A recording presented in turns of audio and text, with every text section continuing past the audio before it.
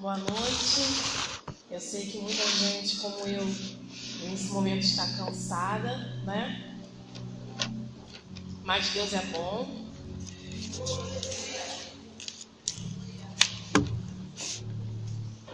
Deus é bom e está aqui, amém? A gente costuma dizer, o Senhor está aqui. Aí acaba se tornando às vezes um clichê, né? O Senhor está aqui, mas o Senhor está mesmo, amém? Ele está aqui desde antes da gente chegar. Ele estava lá com você e está aqui com a gente agora, não é? É ao contrário do que as pessoas pensam, o Espírito Santo não está vagando por aí. O Espírito Santo tem morada certa, é a morada dentro de você. Você crê nisso? Foi para isso que ele veio, para morar dentro de nós. Ele não está vagando por aí. Você é um cristão, é um pequeno Cristo. E o Espírito Santo está dentro de você. É dentro de você quem faz morada. Mas nós sabemos que o Pai está aqui. O Filho e o Espírito também. Amém, queridos? Bem, desde a hora que eu saí de casa, na verdade não foi na hora que eu saí de casa. Bem antes de eu sair de casa, hoje ainda à tarde, eu acabei de separar o que ia trazer hoje para ministrar. E aí, sabe quando você está fazendo uma coisa e aí você tem certeza de que aquilo que você está fazendo, você não vai fazer aquilo que você está escrevendo? Era essa a sensação que eu tinha. E aí eu fiz o que eu tinha que fazer, li o que eu tinha que ler, e o tempo todo o Senhor falava comigo, você não vai pregar isso. Mas aí eu insisti, escrevi, trouxe aqui, e ele continuou falando que eu não vou falar sobre isso. Mas aí, como ele é o dono, né? Quem sou eu para ir contra? Mas o texto é o mesmo, por incrível que pareça. O texto não muda, não. Atos dos Apóstolos, capítulo 9.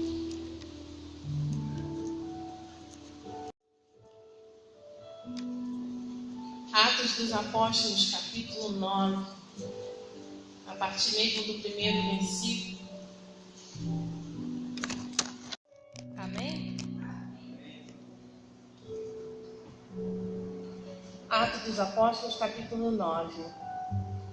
Você, hoje, se sente mais como Saulo ou como Paulo? Vamos ver? Vamos lá. A conversão de Saulo. Enquanto isso, Saulo ainda respirava ameaças de morte contra os discípulos do Senhor. Dirigindo-se ao sumo sacerdote, pediu-lhe cartas para a sinagoga de Damasco, de maneira que, caso encontrasse ali homens ou mulheres que pertencessem ao caminho, pudesse levá-los presos para Jerusalém. Em sua viagem, quando se aproximava de Damasco, de repente, brilhou-se ao redor uma luz vinda do céu. Ele caiu por terra e ouviu uma voz que lhe dizia: Saulo, Saulo, por que você me persegue? Saulo perguntou: Quem és tu, Senhor? Ele respondeu: Eu sou Jesus, a quem você persegue. Levante-se, entre na cidade, alguém lhe dirá o que você deve fazer. Os homens que viajavam com Saulo pararam emudecidos, ouviam a voz, mas não via ninguém. Saulo levantou-se do chão e, abrindo os olhos, não conseguia ver nada. E os homens o levaram pela mão até Damasco. Por 3 dias ele esteve cego, não comeu nem bebeu. Em Damasco havia um discípulo chamado Ananias. O Senhor o chamou numa visão. Ananias? Eis-me aqui, Senhor, respondeu ele. O Senhor lhe disse: Vá à casa de Judas, na rua chamada direita, e pergunte por um homem de Tarso chamado Saulo. Ele está orando. Numa visão vi um homem chamado Ananias chegar e impor-lhe as mãos para que voltasse a ver. Respondeu Ananias: Senhor, tenho ouvido muita coisa a respeito desse homem e de todo o mal que ele tem feito aos seus santos em Jerusalém. Ele chegou aqui com autorização dos chefes dos sacerdotes para prender todos os que invocam o teu nome. Mas o Senhor disse a Ananias: vá, este homem é meu instrumento escolhido para levar o meu nome perante os gentios e seus reis e perante o povo de Israel. Mostrarei a ele o quanto deve sofrer pelo meu nome. Então Ananias foi, entrou na casa, pôs as mãos sobre Saulo e disse: irmão Saulo, o Senhor Jesus, que lhe apareceu no caminho por onde você vinha, enviou-me para que você volte a ver e seja cheio do Espírito Santo. Imediatamente, algo como escamas caiu dos olhos de Saulo, e ele passou a ver novamente. Levantando-se, foi batizado, e depois de comer, recuperou as forças. Amém? A história de Paulo para a gente não é tão estranha assim. A gente sabe, já ouviu falar muitas vezes, que Saulo era um judeu. Ele era um judeu do grupo dos fariseus, era um perseguidor, assassino de cristãos, e era famoso por isso. Paulo tinha nome, falou em morte, era Paulo. Morte de cristão, Paulo. Paulo era cruel, na verdade Saulo era cruel. Era um homem muito inteligente, que teve uma educação muito privilegiada, mas era um assassino. E nos versículos 8 e 9 diz o seguinte: Saulo levantou-se do chão e, abrindo os olhos, não conseguia ver nada. E os homens o levaram pela mão até Damasco. Por 3 dias ele esteve cego, não comeu e nem bebeu. Imaginam o que seria para um homem sábio, letrado, um homem famoso, ficar cego e depender dos outros. Mas Jesus tem dessas coisas. Quando ele escolhe alguém, ele tem dessas coisas. O que te atrapalha a enxergá-lo, ele vai tirar de você. O que atrapalhava Paulo era toda aquela mentalidade que ele tinha. Paulo jamais iria conhecer Jesus se Jesus não se apresentasse daquela maneira para ele. Um homem cético, um homem que só pensava em assassinar cristãos. Como que um dia ele ia ter noção de quem Jesus era? Mas Deus já sabia quem era Paulo. Já sabia que Saulo iria virar Paulo. Deus tem propósito em tudo. A gente às vezes pensa com a nossa cabecinha, né? Que Deus pensa como nós. Só que Deus tem tudo traçado. E aqui na palavra o Senhor deixa muito claro que ele tinha sido um escolhido para levar o evangelho dele a outros lugares. E o Senhor, de fato, levou Paulo a muitos lugares. Paulo sofreu muito por amor do nome do Senhor. Muito. E ele mesmo disse que não se achava digno nem daquele sofrimento. A Bíblia diz que em algum livro, eu sei que está na Bíblia, tá, gente? O meu problema é que eu tenho problema com referência, que só Cristo na minha vida. E eu não anotei. Mas diz que a quem muito é perdoado, muito ama. E Paulo, ele amou a Jesus de um jeito fantástico. Ele passou pelo que ele passou porque ele tinha certeza quem tinha sido aquele que tinha aparecido para ele naquele caminho para Damasco. Ele sabia quem era. E ele precisou que ele ficar cego carnalmente para que os olhos espirituais dele se abrissem. Deus precisou reduzir Saulo a nada. Ele não podia confiar nem nas suas próprias pernas. Porque se ele andasse um passo, ele poderia cair de cara no chão, estava cego. E então Deus, como é perfeito em tudo, faz com que Ananias encontre ele lá. E então os olhos dele se abrem e a palavra diz que escamas caem dos seus olhos, como se escamas caíssem dos seus olhos. Nós, queridos, cada um de nós, um dia estivemos na mesma condição de Saulo. Todos nós. Muitos de nós, dependendo do local onde nascemos, onde crescemos, nós tínhamos a nossa própria convicção, nós tínhamos as nossas próprias crenças, né? Eu já conheci outras religiões, então as pessoas, a gente nasce num local onde as pessoas nos ensinam as coisas e a gente leva aquilo como verdade pro resto da vida. Mas, graças a Deus, um dia a gente encontrou Jesus como Paulo encontrou. Amém? A gente encontrou Jesus. Eu estava vendo uma mensagem de um pastor e esse pastor disse assim: muita gente, quando vai pregar sobre um testemunho pessoal, quando a pessoa foi drogada, ou foi uma prostituta, ou algo assim que a gente considera muito pesado, algumas pessoas dizem o seguinte: eu fui isso, fui aquilo outro, tal, eu fazia, acontecia. Quando eu me converti, Jesus me acalmou e eu fiquei quietinho.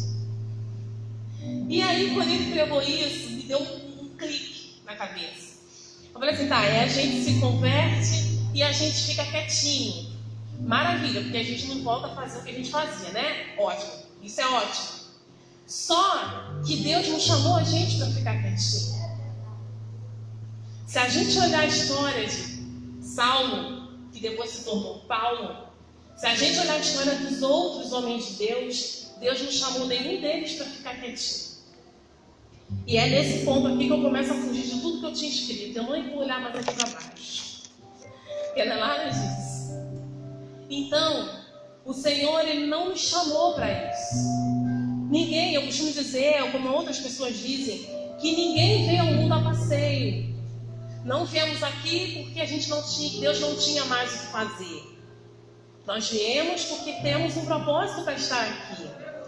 Assim como Deus tinha um propósito na vida de Paulo, Deus tem um propósito nas nossas vidas. Não adianta a gente ficar pensando, lendo todos esses homens aqui, vendo grandes homens e mulheres de Deus e achando assim: puxa vida, aquela pessoa ali, Deus escolheu mesmo, né? Deus escolheu você também. Deus escolheu a cada um de nós. E o mais interessante nisso tudo é que Deus nos escolheu de forma individual.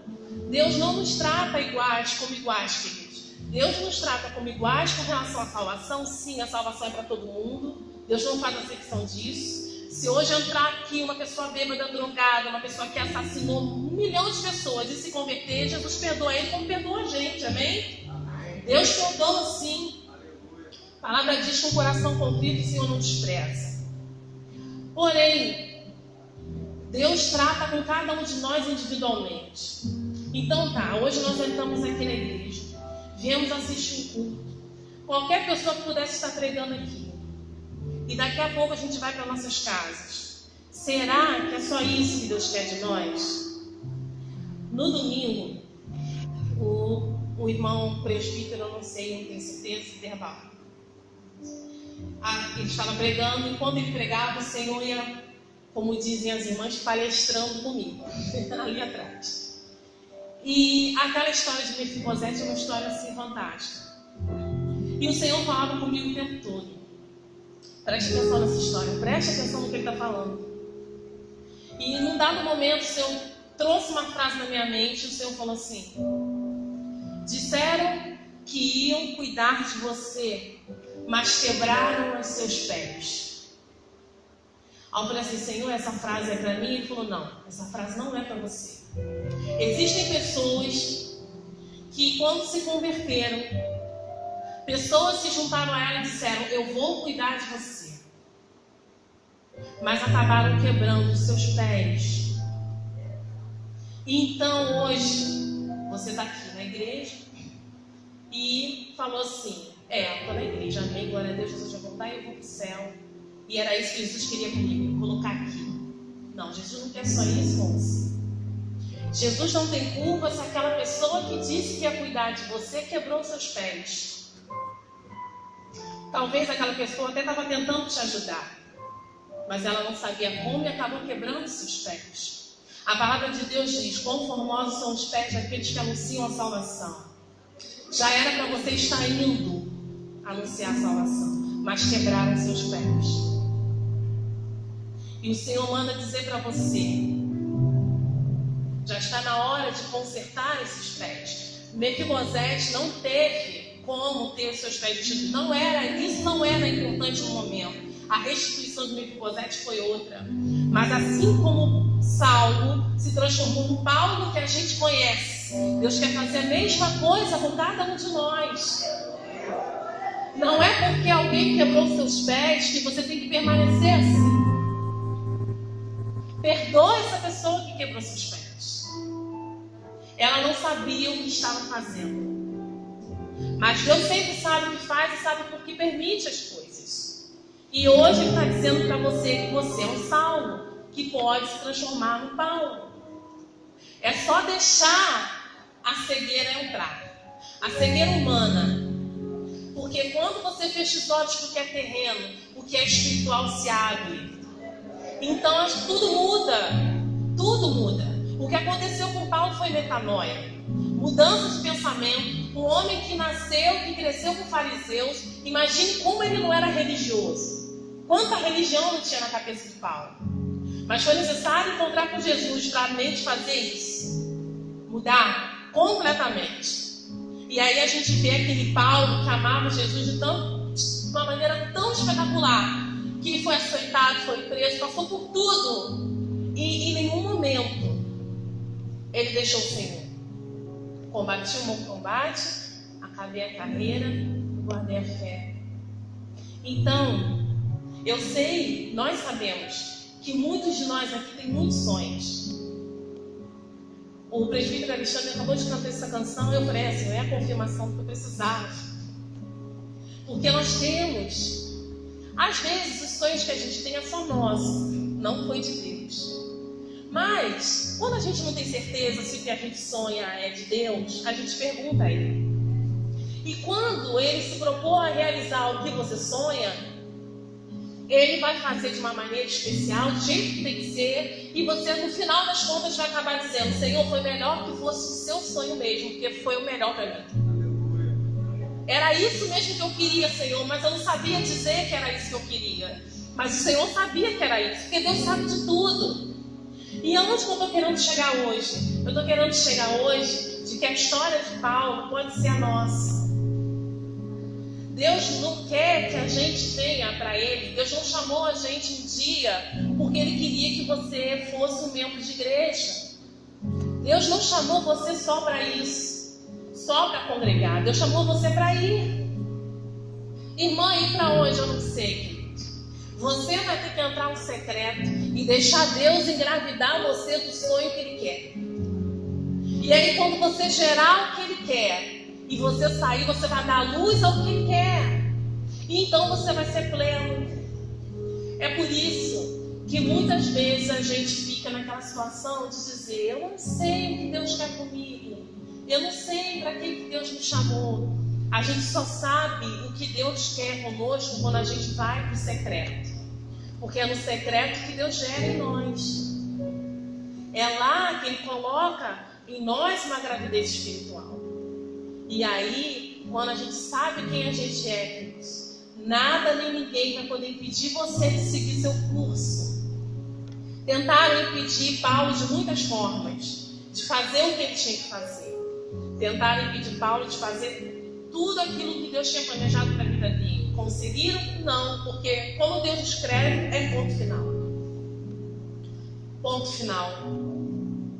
Então não importa o que qualquer pessoa tenha dito, ou não importa nem o que você pensa. O importante é o que Deus quer, o que Ele pensa. Ele aposta em você, Ele aposta em nós. Deus aposta em nós. Deus se deleita em abençoar os seus filhos, mas Ele aposta em nós. Deus poderia simplesmente não olhar para nós. O Senhor Jesus poderia simplesmente não olhar para nenhum de nós. Mas Ele escolheu dividir a jornada dele conosco. Ele escolheu você, Ele escolheu chegar para você e dividir o que Ele quer da sua vida para você. Ele escolheu fazer você participante dos sonhos e projetos que Ele tem. E é só seu, do jeitinho que você sonhou.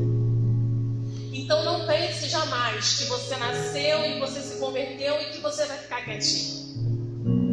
Você não vai ficar quietinho, não deve. Porque Deus não nos chamou para isso. E a gente está aqui hoje no culto de quarta-feira. A gente não sabe o que vai acontecer amanhã. Mas eu sei que hoje você pode chegar em casa ruminando essa palavra. Você pode chegar em casa e falar, Senhor, eu não me converti só para ser um crente. Antes de ser só um crente, eu sou filho. A partir do momento que você se converteu, você se tornou filho, filha de Deus. E como filhos, nós entramos ao Pai, nós sentamos perto do Pai, nós conversamos com o Pai, porque somos filhos. Quem tem filho sabe, filho a gente senta no colo, filho a gente afaga a cabeça. Não faz? A gente faz isso com o filho. Pai e mãe faz isso. Deus faz isso com você. Não há motivo para ficar distante do Pai, achando que Ele não te escolheu para nada. Deus te escolheu para algo, isso é fato. Agora, o que? Não sei. Você vai ter que ter um particular com seu Pai. Você vai ter que conversar com Ele e descobrir o que você tem para fazer nele. Eu não estou dizendo, não estou falando de obras de Cristo. Eu estou falando que você nasceu para alguma coisa. E que o tempo está correndo. E Jesus está voltando. E a gente não tem tanto tempo assim. Então, o que a gente vai fazer da nossa vida? Quando a gente estiver cara a cara com o nosso Pai, com o nosso Senhor, o que a gente vai dizer? Deus hoje está querendo chamar a gente, dar uma sacudida. Chamar a gente para Ele e falar, vem aqui porque eu preciso te falar ao pé do ouvido. O que eu fiz você para ser? Por que é que você nasceu? Qual o seu propósito? Por que você está aqui? E aí sim, a gente vai se sentir plenamente satisfeito e realizado quando a gente fizer a vontade de Deus. Eu sei que não é fácil, queridos. Às vezes algumas decisões são muito dolorosas. Na semana passada eu tive que tomar uma decisão. E foi muito difícil. Eu tive que dizer não para uma pessoa que eu amo muito. Mas eu tive que fazer isso por amor a essa pessoa. E foi uma situação muito complicada, porque eu sabia o que eu tinha que fazer, mas a luta que eu tive internamente foi terrível. E eu chorava, eu comecei a chorar, eu fiquei desesperada, porque eu sabia que eu ia ter que fazer aquilo por amor àquela pessoa. E Deus já tinha me dito que eu tinha que fazer aquilo. E eu encostei lá em casa, na parede, eu fiquei assim, olhando para baixo, eu fiquei, o que eu faço? Meu Deus, o que eu faço? Meu Deus, o que eu faço? E aí Franklin olhou para mim e falou assim, o que foi? Eu falei, eu não sei, eu estou pensando o que eu vou fazer. Eu estava chorando, angustiado. E ele falou, você tem que fazer o que é certo. Eu falei, só que fazer o que é certo dói muito. E eu estou numa luta aqui tremenda agora, porque eu tenho que fazer o que é certo. Então, eu estou falando porque eu sofri na carne e eu sei que não é fácil. Então, naquele momento, eu tomei a decisão, não, eu tenho que fazer o que é certo e vou fazer o que é certo. Então, eu fiz o que era certo. Que dor! Nossa! Quando eu terminei de fazer o que eu tinha que fazer, eu fiquei, ao mesmo tempo que eu fiquei aliviada por ter feito o que era certo, eu ainda estava angustiada, porque eu sabia que aquilo ia trazer repercussão depois, mas eu tinha que manter a minha mente firme de que aquilo que eu estava fazendo era o correto a se fazer, ainda que eu sofresse. Eu fiz, estou até hoje colhendo os louros disso, né? Há mais de uma semana. Mas a minha consciência está tranquila, principalmente perante Deus, porque Ele já tinha me dito que era para eu fazer aquilo.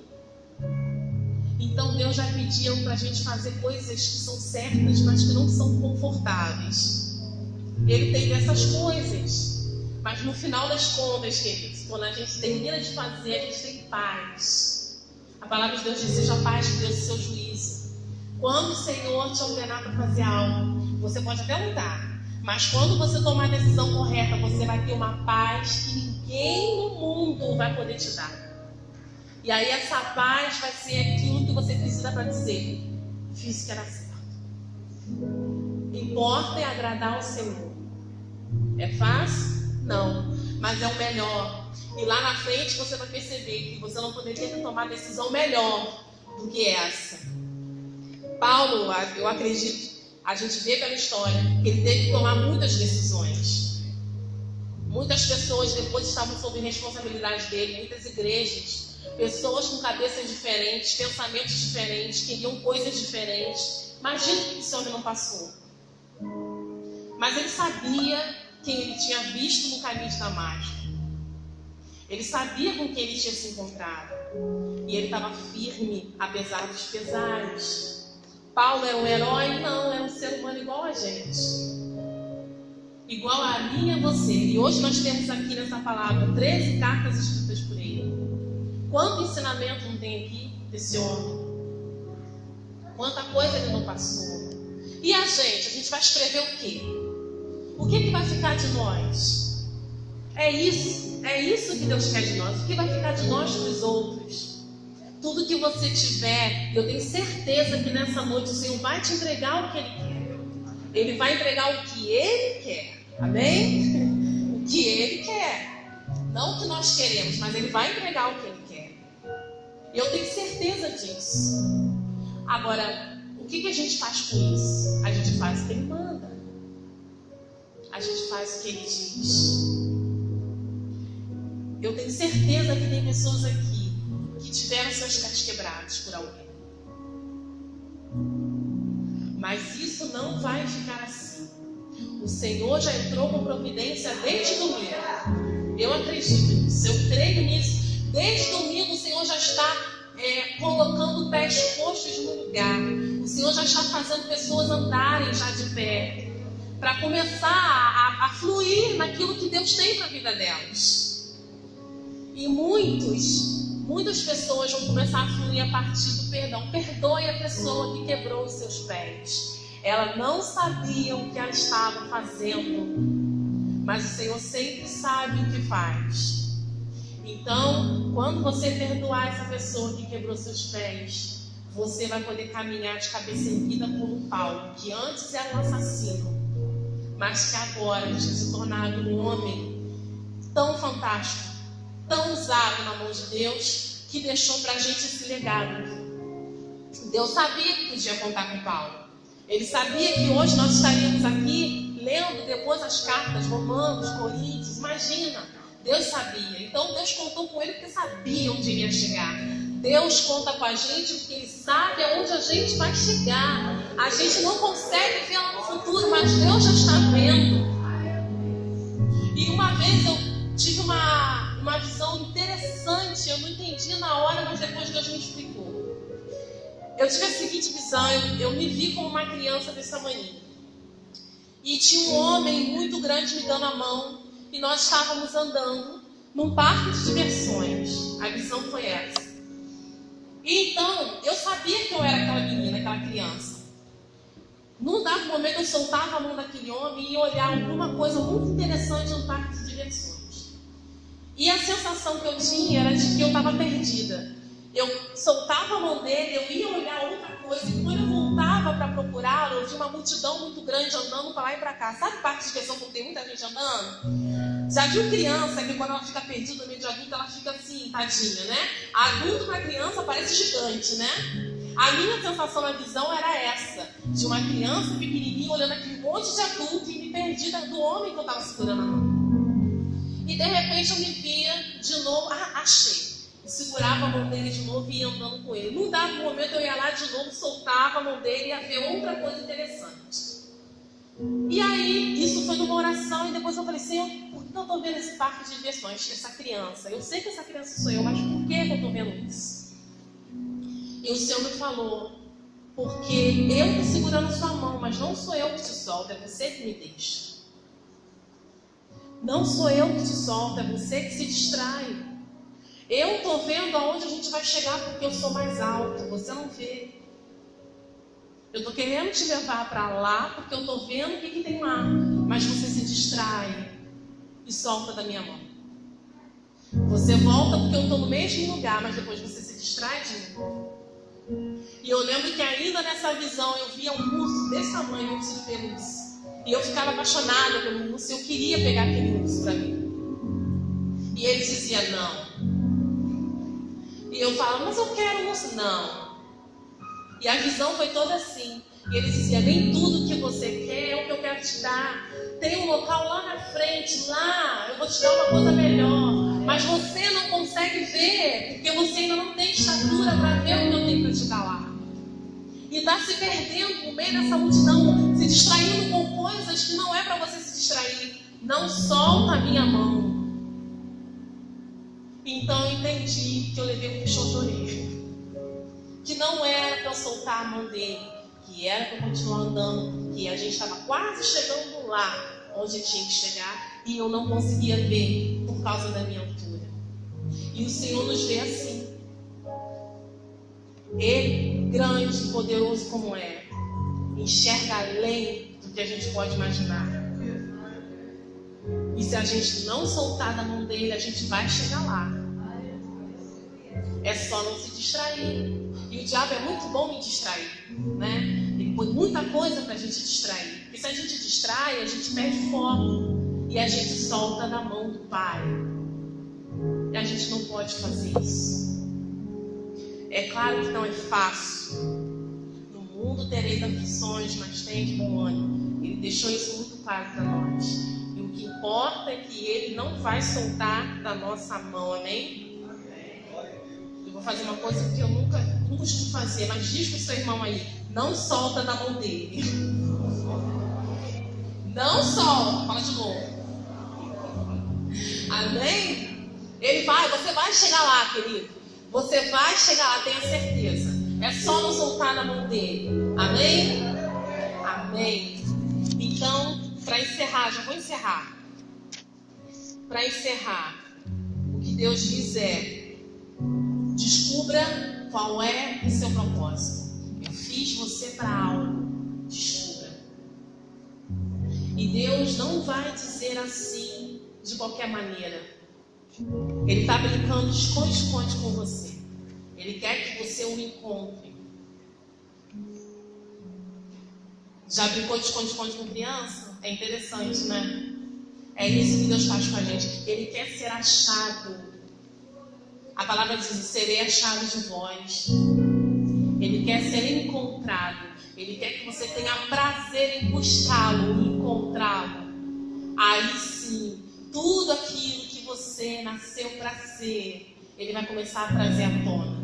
Vai trazer à tona. Vai trazer à tona. E vai ter um momento que você vai falar: agora eu sei para que eu nasci. E aí, o máximo que você vai fazer é admirar as pessoas que têm outros ministérios, outros chamados. Porque você está ciente do que Deus chamou você para ser. Amém? Essa é a segurança que Deus quer te dar. Você pode olhar para A ou para B, mas você tem que ter a segurança do que você é.